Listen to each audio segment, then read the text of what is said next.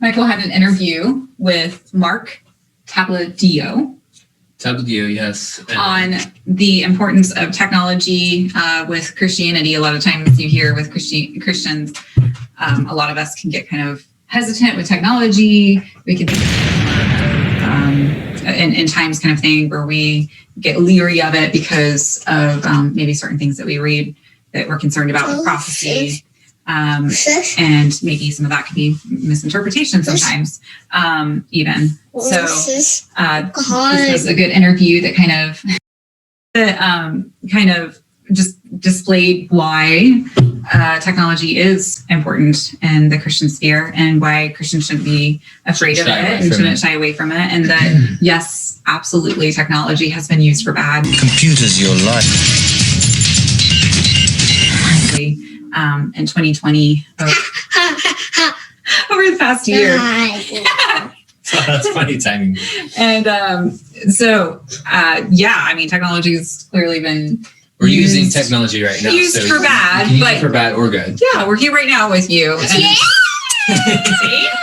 Somebody likes it. So that's part of the reason why we care about the topic is the future of this generation right here. Right, she says. Generation Alpha. Right. And, so we either can be ignorant and not know how to handle and what to do, or we can learn it from a biblical worldview and how to best use it. And like you were saying before, Michael, I think it's good to view technology kind of like how you view a gun, that it is kind of the person and the power behind it as to how it's going to be used. So technology really is neutral. It can be a blessing. Just like fire, Fire was something. Gosh. So fire was used as technology for its time, right? Mm-hmm. And you can use fire to warm up and cook your meal, that kind of thing, or you can use it to destroy somebody. Mm-hmm. So that's the point. No matter what generation, we'll always have a type of technology. And what do we do with it? Sure. So this was a really thought-provoking interview, so much so that I think you guys kind of got a little carried away. And I remember I couldn't join in this interview myself. I had mommy duty, and we don't bring Gracie in on the interviews. We might have her here for the intros right now, and but we won't have her in for the interviews. So I was on mommy duty, couldn't make it, but I was. Are they done yet? Oh wow, this is lengthy. And she, like Michael said, she is a prime reason of why we care about technology, because AI is definitely in the future for Generation Alpha. It's like it's already here. Yeah, and she was on my iPad at 4 months old. 4 months old. Gosh. She was on my iPad at 4 months old. Swiping and finding things. Yeah, swiping, doing all kinds of stuff. Like it was nothing. 4 months old.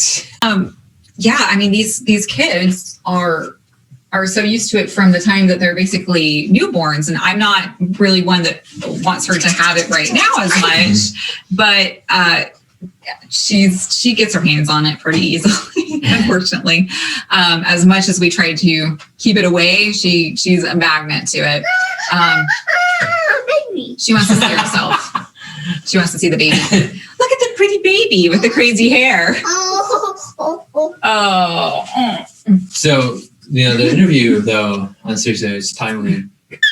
So get yourself armed up with information. We hope. On information. And we hope that we're... So stop what you're doing, in other words, and tune in. And no matter where you're at on the spectrum, whether you're kind of, maybe you're technology challenged, maybe you're concerned about technology, maybe you are an avid technology person, maybe you do it for your job. Wherever you're at on the spectrum, we hope you enjoy and that you take that you have value that you take away from this. Okay. Can you say hi to everyone? Say hi. Hi. Hi. Say Valor. Hi. Valor. Yeah. Hey. Good job. So we hope you enjoy, and now we will introduce to you Mark Tabladillo. Thank you. All right. welcome everyone Okay, all good. To the Valor Media podcast with Professor Mark Tabladillo. Yes. And I would love to bring an introduction to some very important topics. One, I want to introduce Mark with his background and his story with salvation and how he got into biblical worldview and apologetics, and his passion for education and in the future for the church and education as it stands. So Mark, could you please tell us about your background and how you came to know the Lord? Sure. And so happy to be here, Mike, on Valor Media and to tell my story and really tell God's story. So I came to faith at age 19, made profession of faith. God called me specifically through Psalm 23, the Lord is my shepherd. And I think just from then, music has been important to me as far as something that encourages my faith. I have a lot of Christian music. And out of all that, actually, my favorite Christian artist is Bach. It's just where I'm coming from. But I have a lot of... Right. And so I appreciate his contribution to world music. But I follow a lot of Christian contemporary artists and older artists. So that's been a faith-building thing. But I came to faith at age 19. And by the way, there's an apologetic story, a little bit of one behind it. And my question before making a profession of faith was about the preservation of the Bible.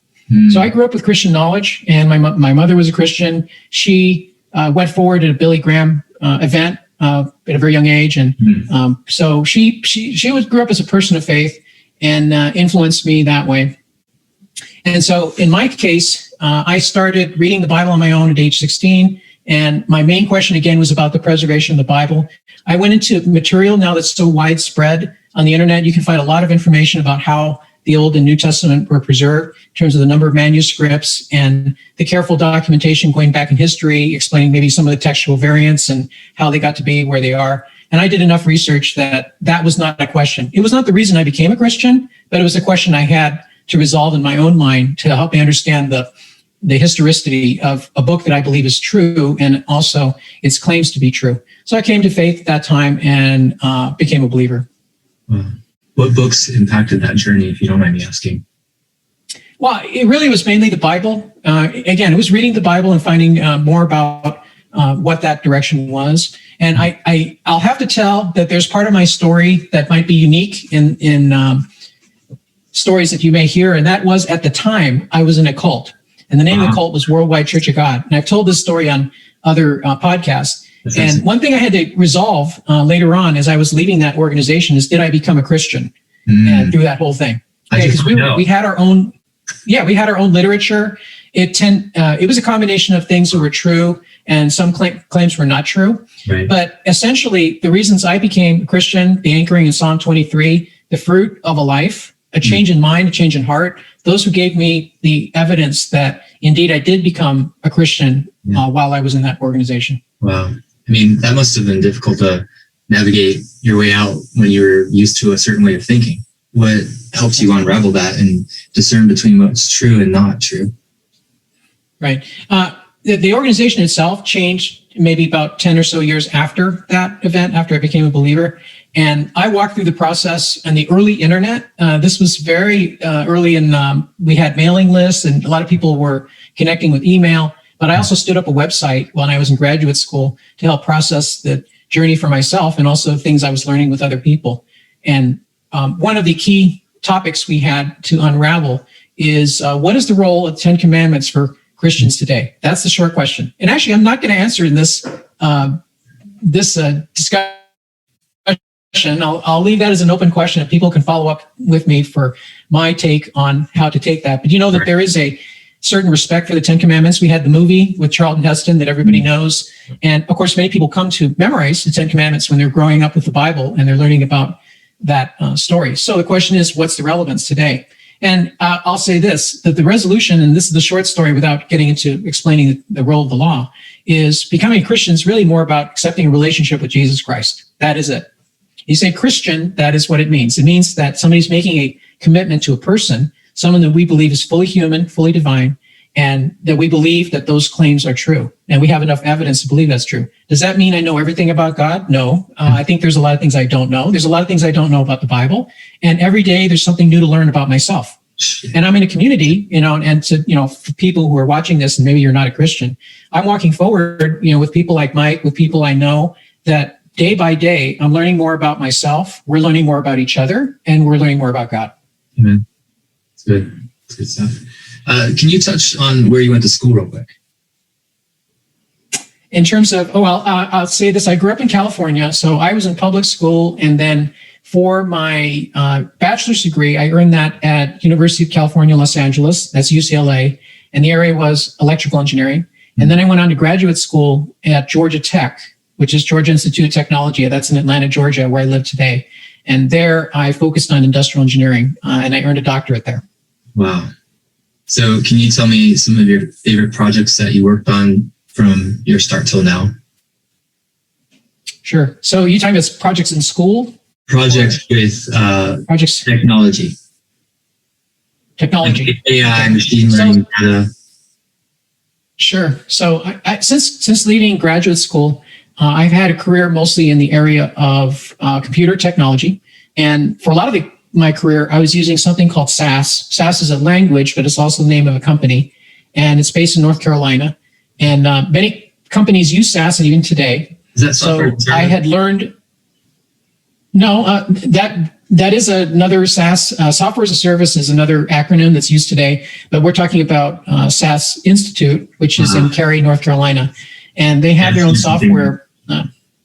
Right. So they have their own software for doing analytics. I used it for my dissertation, and back in the day, we had to program in Unix. We weren't even on Linux yet. We were still back in Unix, and so after graduating from school, I discovered that there was a big corporate appetite for SAS programming. And we were just beginning to get into more data and larger data sets. So I carved out some career directions that were based on that technology. And it's been a great ride. I got to go to SAS conferences. I got to network, volunteer, speak at conferences, which is my particular strength. I enjoy being in front of audiences. I know that might sound strange, but when I started public speaking, I was terrible. I had to learn, and you learn by doing, and you learn by getting coached, and you also learn by being in an environment where people are willing to, put up with your lack of skill as you're learning how to build skill. So I had some good formal training in speaking, and then just really so many chances to give public speeches over time. But SAS conferences were where I would go annually, maybe even multiple times, and even volunteer. So, I do these user groups, I learn things there, but I also volunteer. What do you do for volunteer? So the types of things at the SAS conferences would be, like organizing conferences. And probably about 15 years ago, I was also running the website for the Southeast SAS user group. And that would be for organizing our conference that we have annually, and also be connection point.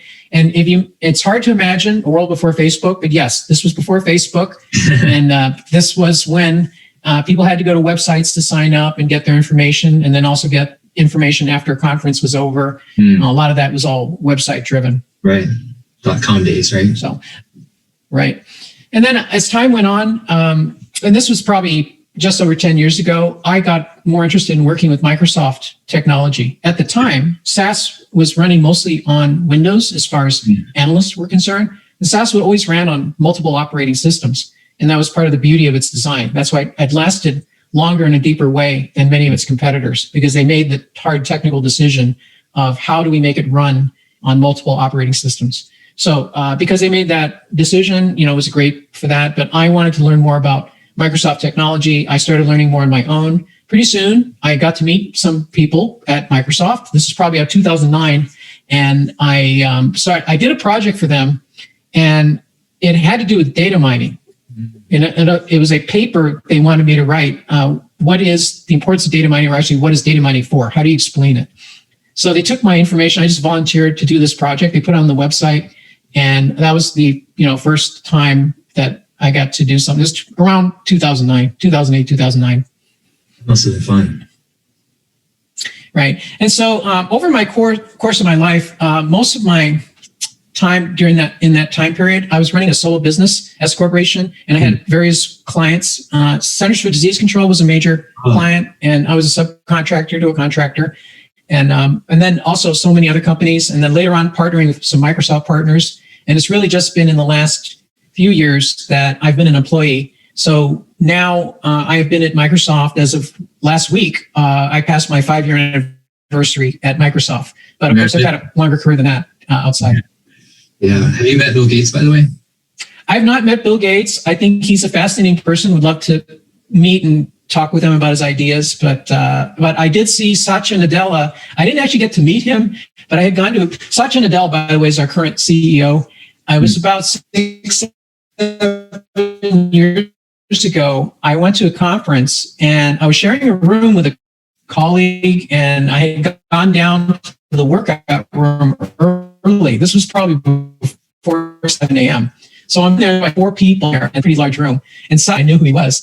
And so don't bother him because he was doing his workout. But I got a few, photographs there, him on the treadmill. And it's kind of cool. But it is cool to see that, a lot of the executives at Microsoft, and I found this is true, they try to really be very accessible to people. Like I have emails from different people. I don't know, they can get time to answering everything. But Satya does many public events, and cool. He's very available. I appreciate those who are down to earth, not the ivory tower approach. So with, real quick, I just want to know, is there banter behind the scenes with Microsoft and, like Steve Jobs and Bill Gates type stuff? Yeah, that was greatly played up over time. Of course, Microsoft and Apple have been what I would call frenemies for many years. Yeah. And when Steve Jobs came back to Apple, he did need to have some support because he had a vision for what he wanted to do. It's a well-told story, and I was not first party to any of this. But Bill Gates was his rescuer at the time when Steve Jobs came back to Apple. And then just to see Apple grow and actually eclipse the entire value of Microsoft. I mean, really with the iPhone, proved to be such a winner in terms of a technology and surprised so many people. So again, frenemies for so many years. And I think even today, a lot of these tech companies behind the scenes have a lot of deals where they work together on a lot of things, but then they also are hard competitors. Yeah. Well, it's always good to have good competition. Drives it forward. Good topic, actually, competition. Mm-hmm. Can you touch on that real quick with the difference between, say, a healthy competition and an unhealthy version of competition? Yeah. So, to me, healthy and unhealthy only mean something tangible in the Christian worldview, period. Right. And so way I start understanding competition, because, it would be thinking about why were people created? What is our purpose as individuals and as humans? And also, what are the rights? This also gets into a rights question: civil rights, personal rights, natural rights. Right. It also gets into who we are as people, to respect that. So we think about healthy competitions, and it's not even naming something like a sport, because you could say something like American football can be played in a way that's healthy, but also could be played in a way that's not healthy.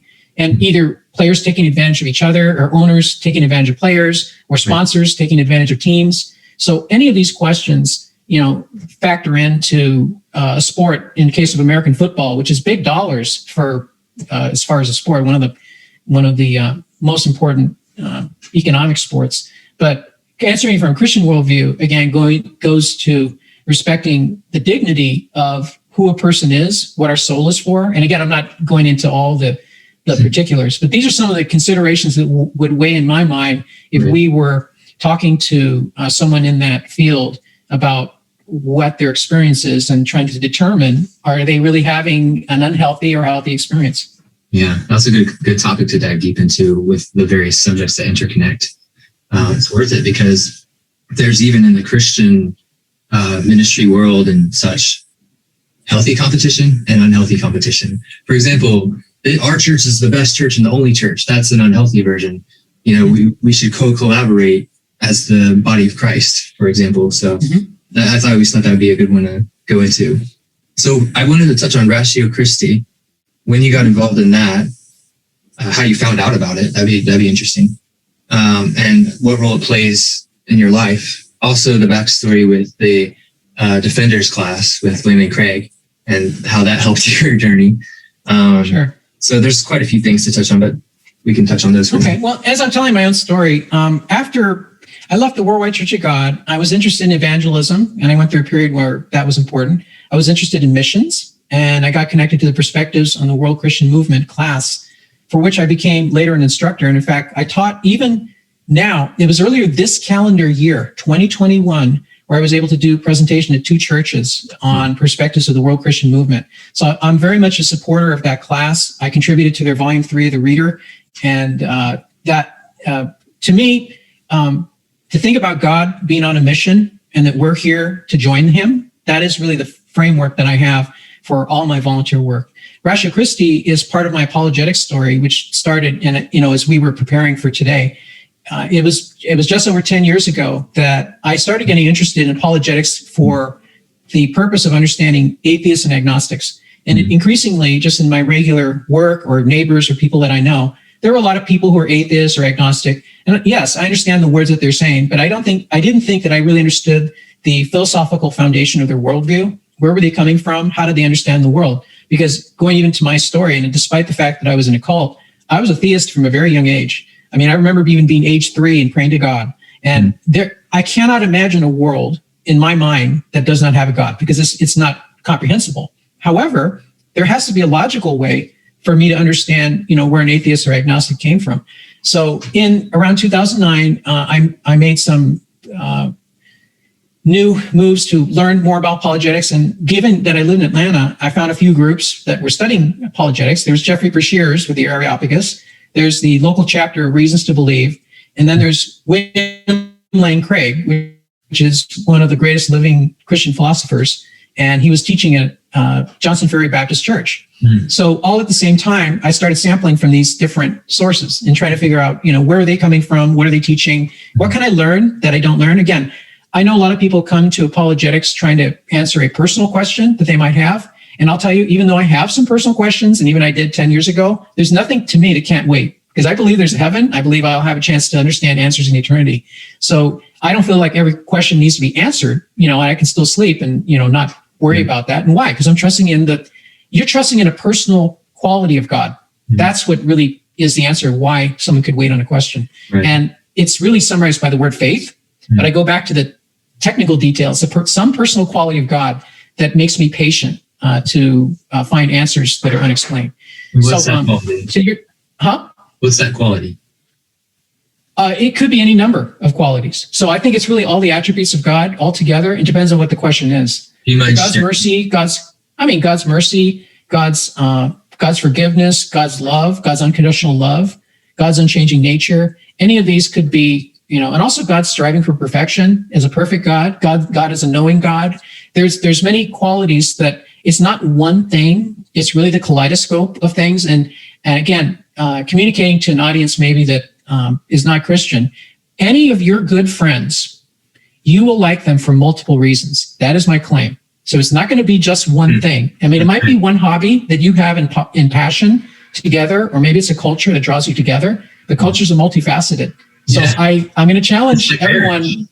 Marriage. So anyone who's married. Yeah, there's several reasons why it's not just one. Right, and they're overlapping, and depending on the situation, if it's like an ebb and flow of what's most important at the moment. But what you're buying into is a package. So if you have a good friend, or for those who are married, there's multiple aspects to why you choose to be with somebody. And I choose friend too, because that friends are often what we choose, and it's what on a temporary basis. So we always have to go back to, why do we continue to choose the same friend to do the same types of activities? To me, God is my friend, and I continue to learn more about God every day. Can you give a tangible example of how you not just knew but felt God's friendship in your life through your journey? I know that's a journey question as a Christian. Yeah. So I think initially, again, Psalm 23 was an important passage. If you go into and you read what it's about, and it's funny that right now we're actually going through it recently. Louis Giglio has been, by the way, I've been going to Passion City Church. That's my church home. And he was recently.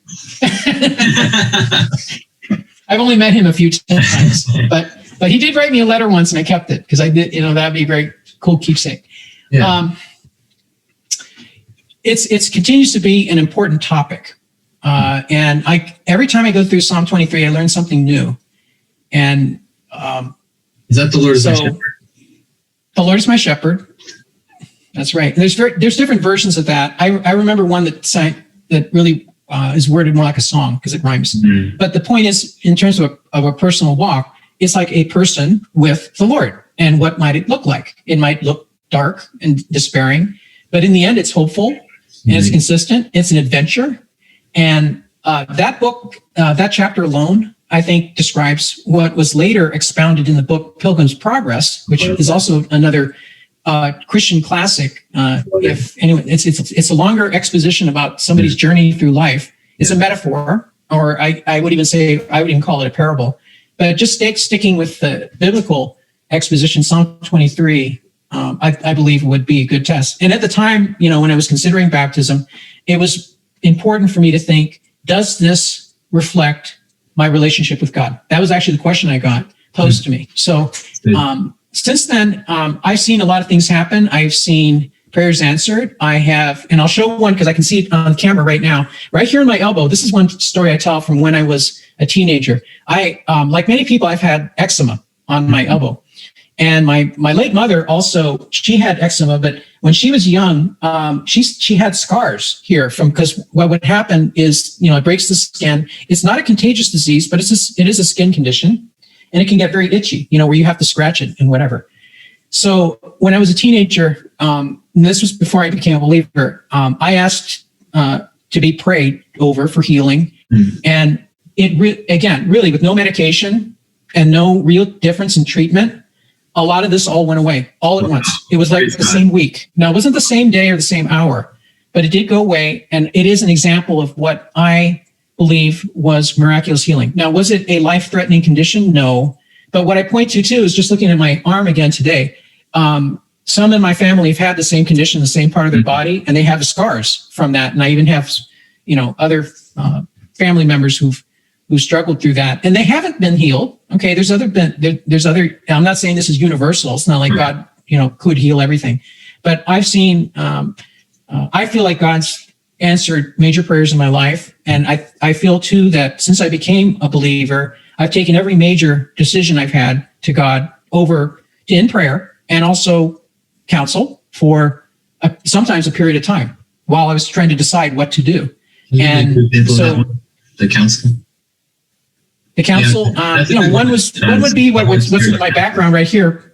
Yeah, one that's in my background right here is my home. When I was buying a home was a major purchase, and so I did talk to a lot of people and got their best advice. And over a period of months, and again, the people I reached out to, not always Christian, maybe they are, maybe they're not, but all of them were knowledgeable either on spiritual things or on certain aspects of the home buying process. And me as a new person, I think it's good to follow the wisdom that's in Proverbs about acting on and receiving counsel. And by the way, for people who are in business, I think Proverbs is going to be one of the best books on business that's ever been written.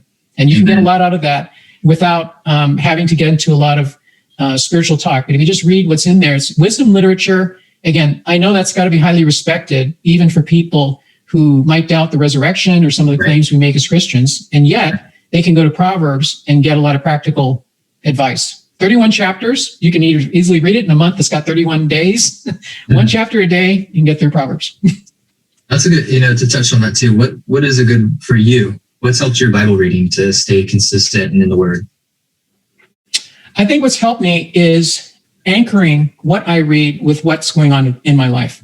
That's good. So when I think about practical application, and I do both. I will sometimes just land in a book and just go into it and read it. Like I did during shutdown. One of the things I did, just jump into the whole book and try to read the whole thing, was Jeremiah. I said, you know what? I need to do Jeremiah. And what I learned about it is when you look at the judgments that were given toward the end of the chapter, because they would have a different chapter for the different areas, actually it's just different people groups. They were all being judged as groups. Right. And I think God's judgment again is both as group and also individual. So we get judged both. And of course, if you're part of a group, you want to get group credit for what the group does. And then you make decisions on your own and you're going to get, credit for whatever that is. I think in terms of credits. All right. I don't think think in terms of the positives. But Jeremiah didn't map to anything specific in my life. And yet I found it fascinating to go through, not to try to memorize it, but I tried to get the flow of how God was thinking about these different people groups. And it reads very similar, a shorter example would be Revelation 2 and 3, message to the 7 churches. So that's a shorter version that's often heard more in the preaching that I hear. And what's in Jeremiah is not necessarily heard as much unless you're doing a book study on that. But going back to the original question, sometimes somebody will ask a specific question, and then it will cause me to either read that or just think about it, because some of the ideas are important. And right now, putting in a discussion from today, somebody asked in a secular group about Adam and Eve and eating of the tree of the knowledge of good and evil. And so far, there's been people responding. And this, again, it's a secular group. It's not even a Christian group, but I've already heard the theory about, the story being a metaphor. I don't believe it's a metaphor. I think these are historical people, and for reasons I'm not going to go into today. But the more important thing was hearing how people in a secular context were taking this story. So it's now making me think about that story today. And we're having a conversation now with different people. I'm interested to see what they say about what I said about, the entire event. And also, one of the questions, for example, was one of the guys said, well, actually it was Eve that ate first. How come we're not blaming her? I mean, this is his honest question. And I said, well, if you read it again, you're going to see that Eve was deceived. Right. Adam knew what he was doing. And so that's the claim, as a historical story. And then I wanted to map it to today. I mean, we have legal systems, and that type of thinking, it might be how something's decided, but it might not be. Sometimes they factor that in, that you were tricked, and therefore your penalty shouldn't be as high as, for the person who was not tricked. It doesn't always happen, but it's not unknown in our modern society for our legal systems to factor in somebody's level of deception before they did something. And that was the point I was making to him. And then I said, well, in Romans, there's a claim about a first Adam failing and a second Adam as a solution. So he liked that. And now we're continuing a discussion. Because again, I don't believe that I'm talking to someone who is necessarily either a Jew or a Christian. I think it's just somebody who knows the story and just wants to talk about it as a morality. Right. And that can plant some seeds, because the moral argument can be built upon as a segue, so speaking of, what are some of your favorite apologetic arguments? We can unpack the depth of them later. I'm just wondering. Oh, sure. Especially when I agree. The moral argument, as far as a general use argument, will be of most use to most people in most situations. And why? Because people will make moral claims, and they will make moral claims about this is such an injustice. And by the way, social justice, you may hear that phrase, or anything that people think is wrong about the environment, about society, about a voting process. Those are all moral claims. Or anytime somebody talks about discrimination, or even these topics of diversity and inclusion, in other words, diversity is not being represented, or somebody's not being included. Those are all moral claims, and they can be mapped into the moral argument. So that's, to me, as far as a practical one, is number one. Yes. Although that's easy to get in, I also think there's a harder aspect, and that is, how do you build a moral system? Okay, so that's actually a more complex question. I've never gotten that as a follow-up question, but I'll tell you where it shows up for Christians. It shows up in, how do you build a church community? And it comes into, how do you decide certain rules are appropriate for teenagers, certain rules are appropriate for young adults, certain rules are appropriate at your singles event. What music are you going to play and represent at your singles dance?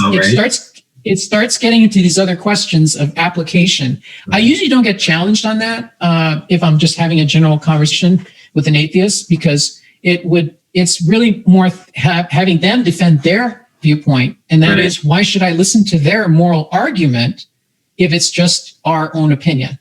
Are they telling me to inform me about themselves, or are they telling me because they're wanting me to change my mind and maybe come along with them on their journey? And if they want to change my mind, they have to ask themselves, why did they want to change my mind? How does that lead to more peace in their world to talk to me, who's a stranger and not in their circle of friends, especially those situations? Why is it so important to convince a stranger of your moral case? We're not voting for anything right now. We're not trying to write a law. So what I think the motive is that they want their worldview to be the dominant worldview. It's just like postmodernism. What's funny about postmodernism is it's actually a grand narrative unto itself. And anyone who doesn't embrace it it's like, I don't like your narrative, but you have to, like, Christians will be told, you have to let go of your narrative, that grain of, to embrace this narrative. But that's like, I thought this view was relative and so forth. So I wanted to touch on, let me see. Okay, actually. Do you want me to give some other arguments? Or yes, but the framework interested me. I wondered, what would you say if somebody posed that to you? The moral framework with tied in with a church community. Tied in church community. Okay, so actually, I'm going to tell you how I would approach going toward an answer. And this ties back to missions. The question is, what is the mission of the church? So it's less about personal preference, and it's more about what are we trying to accomplish as a church community? Yes. Where has God planted us? What culture? And this can be multiple cultures. In the U.S., a website I like is Joshua Project. It's got latest sociological research on how many people groups there are and where they are in the world. In the U.S. right now, it's something like 400 people groups that you'll find in the United States. And so as they have sociologically defined them, this is actually the people we're reaching. Now, I know on the top level, a lot of churches just target their message toward what I would call single message programming. And then, in other words, they're not going to really factor in cultural differences. However, I think cultural differences do matter if we're trying to reach people groups and if we're trying to respect now. And I'll give you an example. I've been to church events where they may have a large social where people are able to bring food that represents either where they're from or what they were eating when they were growing up. So it's it's got a cultural flavor. It might be something that's everyone's can recognize, and it might be something that's unique and different, and it might be something that represents something special to them. Sort of like in church. Oh, right. So I think that, again, a really responsive church would have the pulse on culture. And again, not in the sense of trying to make a single culture, but respecting what the story we have, starting the Tower of Babel. God made the languages. God made the people groups. And in Abraham, Genesis 12, through him, all nations were blessed. And then you zoom forward to Revelation, you see people praising God in their native languages. So if you ask me, where can the American church go as far as the next step and as far as getting closer to that heavenly vision in Revelation, what we would end up seeing is worship in multiple languages at the church. And we would also see more cultural expression at the church. And that is not a statement that comes from somewhere on the political spectrum. What it does is it represents that God made the nations, God made the cultures and the people groups, and especially churches that have embraced missions or missiology as part of their background. They will be focused on that. Yeah. And that will, going back to what I said about the church community and behavior and rules and all that, it's less about the rules and it's more about the mission. That's the way I would summarize it. Yeah, that's good. Less about the rules and more about the mission. There's a lot of good topics in here. So here's a good one that we take for granted a lot of words that everyday people might not know the depth of the definition and what it means. For example, love is thrown around loosely and not defined. What is the church? And I know it has its expressions, but what is for lack of a better way to describe it, the organic church versus, say, the GMO church? What is the church here? Well, what is the church? And, of course, I think for people to ask this question, it's something you'll get a variety of answers from different people. And let me start with a high-level claim. This is my high-level claim. And again, this represents my personal viewpoint. It does not represent, necessarily what my church or even Roger Christie would elaborate. My personal viewpoint is that you will find Christians in the Eastern Orthodox Church, in the Roman Catholic Church, and in Protestantism generally.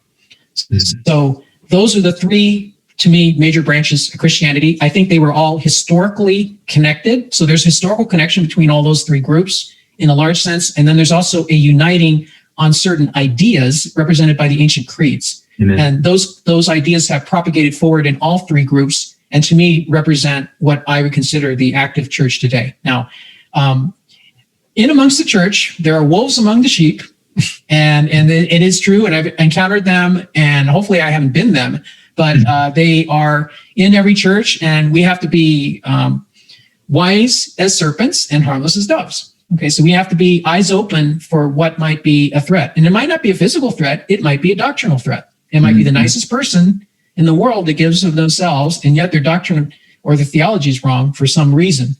Yeah. And usually it's going to be denial of the Trinity. That's going to be the number one. Yeah. But it's not the only reason why a group would stray. But Trinity's accounts for the vast majority of Christian heresy. The incarnation. All right, so it goes back. Let's go back to your original question. What is the church? The word ecclesia is used in the New Testament, as is commonly used. And again, this is for people that might be watching today who are not Christians. You'll often see the word church to refer to a building, and you also see it used to refer to an organization. So yes, not everybody is going to see it as the physical building, but when they say something like Presbyterian Church, they'll understand that that's really an organization, and they might be meeting in a hotel, or they might have their own facility. And so there's an understanding, even in secular people, that it might be a building or an organization, a legal entity. But when we say church in a spiritual sense, it really has to do with a commitment of faith, and it has to do with the fruit of the Spirit. So the fruit of the Spirit in Galatians 5 is a way for individual testing, but also 1 Timothy 3 is how we pick our leadership. Hopefully, there's a list in 1 Timothy 3, and it says that you're able to know if somebody's ready for leadership because they show certain qualities. And so there's actually guidelines there on how church organizations will build that way. But around the world, again, going back to my heart, again, for missions, I'm aware that around the world, many people who are forming in churches have had very few years of experience. And some pastors around the world have been a Christian less than 2 years. And that's it. And they now have leadership skills, and they now want to lead their little home church, and maybe they're an underground church in China or some of these other countries, or Iran. And so many. Right. All the major countries now that we consider dangerous, Russia, North Korea, I'm sure there's Christians there that are trying to survive the best they can on the Bible, which is what they may have available in part or in whole. But around the world, so what is the church? To God, it means something of a spiritual nature. So again, Christianity teaches that we're not solely physical, but there's a spiritual component to us, what we call the soul. And so that soul really comprises who we are, as a person. What is the soul? Because, what is the soul? What is a soul? How would you define the soul for our listeners? I would define the soul again, and I know enough. I know enough that I have not taken this on in any depth in terms of apologetics. So I'll defer to someone like J.P. Moreland, who's done many presentations, got a great book. Amen. Yes, he's got great material on it, and it's not one I've gone into detail. I'll give you, just for me, what the difference is from a science point of view. So I have a science doctorate, and many people in science, they want to talk about the brain, but they want to talk about it as a machine with chemicals. Right. And very few of them, it's actually becoming more of a thing these days. They don't want to talk about the mind, because the mind is a metaphysical concept. Right. The brain is just chemicals. So if you're coming from ontological naturalism, this is the way I'm going to describe the soul. If you're coming from ontological naturalism, then you will think about our entire brain functions, what it does, ability to store memories, ability for quick reflexes, going back to American football, ability to remember things so that, when you take a test or an exam, ability to build memories with friends, because we earlier talked about friends. All of that's mapped into a chemical world that is just a brain. But I believe that we are more than just that. We have actually what I think is a mind. And a mind has a combination of all of that, plus also the ability to do things that are different. One of the things we can do different is, for example, for humans versus other mammals, is we can imagine worlds that don't exist. Right. And why is this important? This is important for us to be able to be creative. So for those people who are artists out there, and I've had so many friends who are artists, either musicians, dancers, painters, fine artists, and even, and I'll even put literary work in the group of art, or anybody that does any type of technology design. All those areas require somebody to imagine something that doesn't exist. So if we were strictly here, if a human person were strictly responding to their environment, there's no creativity in that. All you're doing is you're replaying the same movie over and over. But for people to get together, and not only just one person to imagine a different future and to be able to come up with a painting that's very imaginative or a new song, it's even much more multiplied when groups of people get together. So you say, what is the soul? I say I can tell you what it enables, and it enables communities to be creative.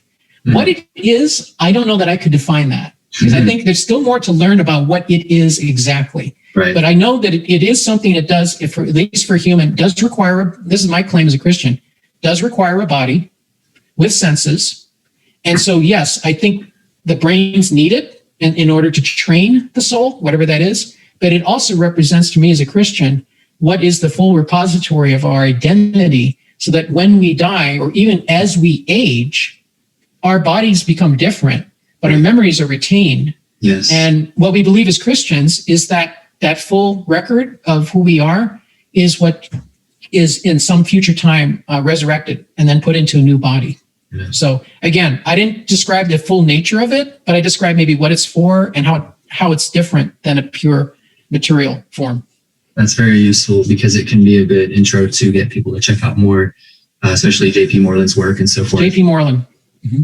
Amen. And just to touch on the church a little bit more, are you familiar with Francis Chan? He wrote Crazy Love. I'm familiar with Francis Chan, yes. And he, when I became first aware of him, he was still in Simi Valley, California, which is close to where I grew up in Agora Hills. And going back to my perspective story, that's where I sent my, he was teaching at a church there back in the day. Okay, well, anyway, let's go to your question. Well, I was just going to say, he wrote a book, I think, Letters to the Church, and he's created a movement I kind of enjoy. It feels more like first century Christianity in a way, at least a touch of it. And he's doing home church networks, helping in China as well. So this is something that's crossed my mind, given post-COVID and the environment in which we are in, where some people are so isolated, especially in certain countries with shutdowns and such, that they're limited to go out. And so relating to the question of the church and, what Chan's doing, but also what with technology and such, where do you see the future of the church? A question to add is, do you think it would be healthy to consider some kind of a hybrid where we do this and meet in person? Right. For example, I think the definitions are going to continue to explode. And in fact, we're having a conversation right now, and we're not in our local churches, and we're not part of the structured programming. We're just having a conversation. And I think, here's the thing. I think in the Old Testament, it would talk about the law, and it was telling the fathers to teach their children as they were going along. As you're going through the day, make sure you're teaching your children. And to me, that pictures how God works with me. All right. As I'm going along in the day, I'm conscious of God revealing his glory, God revealing who he is. And as also someone who's a scientist, and I'm very interested in scientific apologetics, when I look at creation, I see God in everything. Amen. And I was having a conversation earlier today with someone about how long it would take to travel to Alpha Centauri. And he was saying it would probably take 150 years to go there at a known speed that was possible.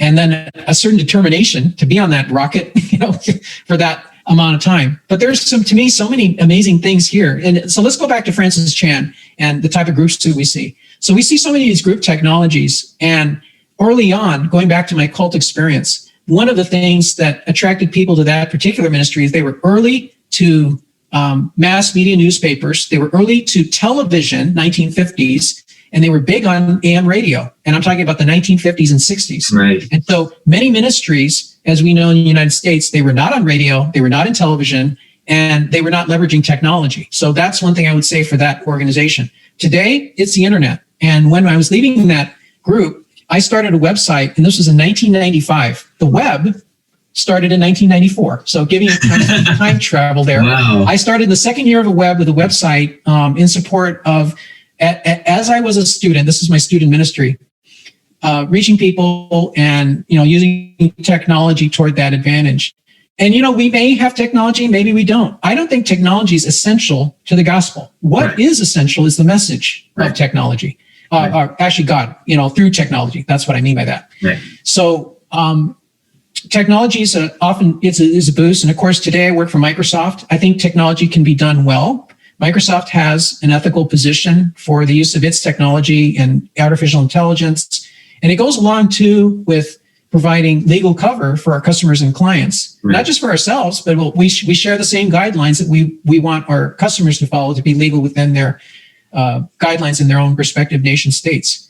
But going back to Francis Chan again, I think it tests, again, ontological naturalism of why do we need to be in a community? Yeah. Why do we need to work together? I mean, seriously, because if you're working in a selfish environment, or if this is really about survival of the fittest, and even to the point where, people might want to take that out on their own family members or people that are living in their household, at what point, do you want to continue to do that? Take advantage of other people? Or do people realize that some of the major accomplishments, and, even that an atheist and agnostic would agree with, are done by groups and communities? And what are those, and what type of work does it take to build something?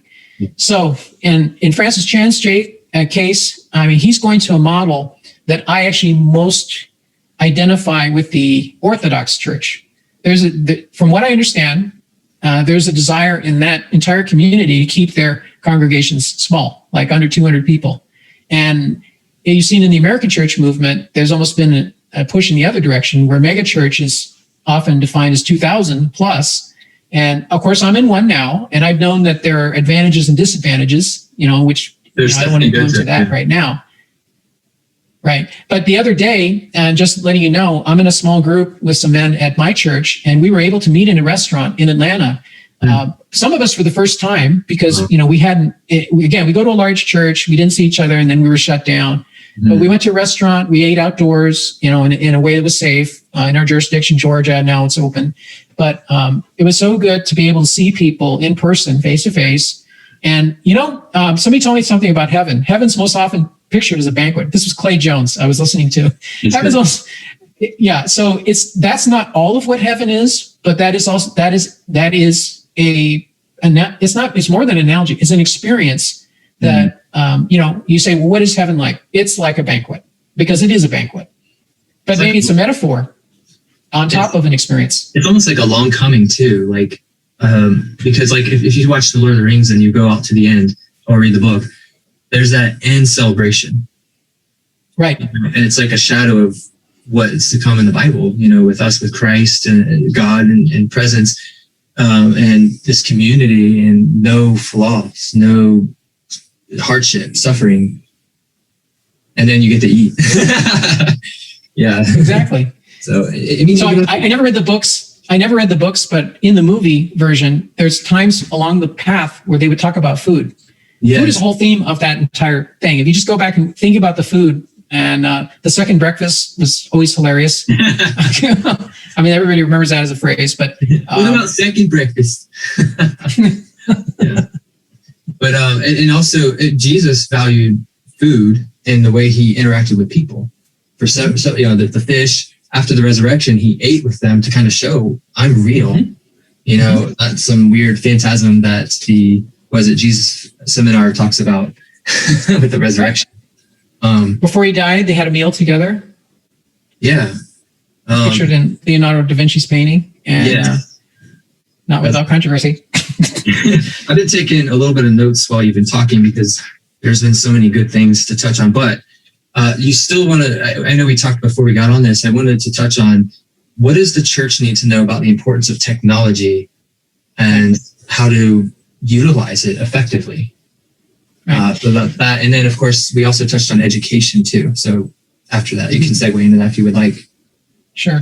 So at Microsoft, I advise people on technology use, and without going into specific detail, to the point of where we're heading. I think technology is an accelerator. That's the first thing to understand. It's an accelerator. It makes things faster. It makes big things happen. It gives me information on my mobile phone where I am, where I'm driving, and it also gives us information about each other. We're sharing on technology now. It's an accelerator. Does it have a moral viewpoint? I would say the answer is no, other than there is a moral viewpoint in technology, and that is, the protocols that are used, how it's transmitted over TCP/IP. Yeah, that's kind of a moral viewpoint. Or cybersecurity. Right, but it doesn't have a moral viewpoint on the people using it, if you see what I'm saying. So there's behind it, right? Yeah, so it will reflect, any application is going to reflect the design of the team that's behind it.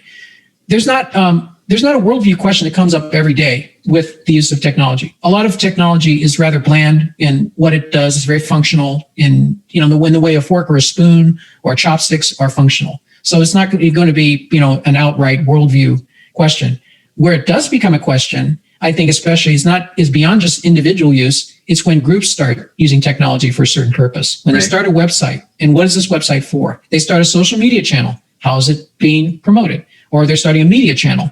And so just depending on what the use case is, now begins to send a moral message, hopefully aligned with what that organization is trying to accomplish. And I think we all saw during shutdown, many people, and how many people do I know who had rarely ever used video conferencing? Yeah. And now just in the last year, whether through work or even for church, and even like my late mom would meet with her Bible study group now with media, and she would know exactly where to go and how to use it. And yes, it does take a while to get used to, but it's like a bridge that many people crossed in the last year. Yeah. So going back to what I was saying, I think there can be an intentional use, and especially I would point to what are groups doing? What are groups doing to use technology? By the way, this is also where we can get in trouble. You can get in trouble by getting around the wrong group, the wrong use of technology. But I encourage people to stay on. Would that be related to cybersecurity, like black hat hackers and white hat hackers and so forth, that kind of realm? It would be. There is a whole area inside the internet called the dark web.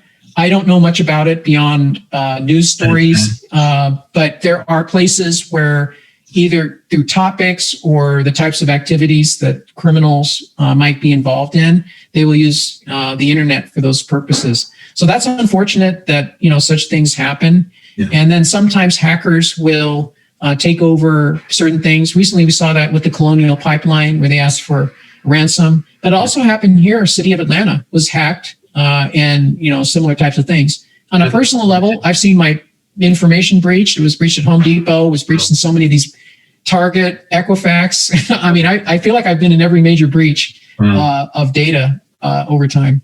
Wow. So it's important to know probably at least basics and awareness of security procedures to protect organizations in the future, especially given that there are motivated people who don't want the church to be a presence. Right.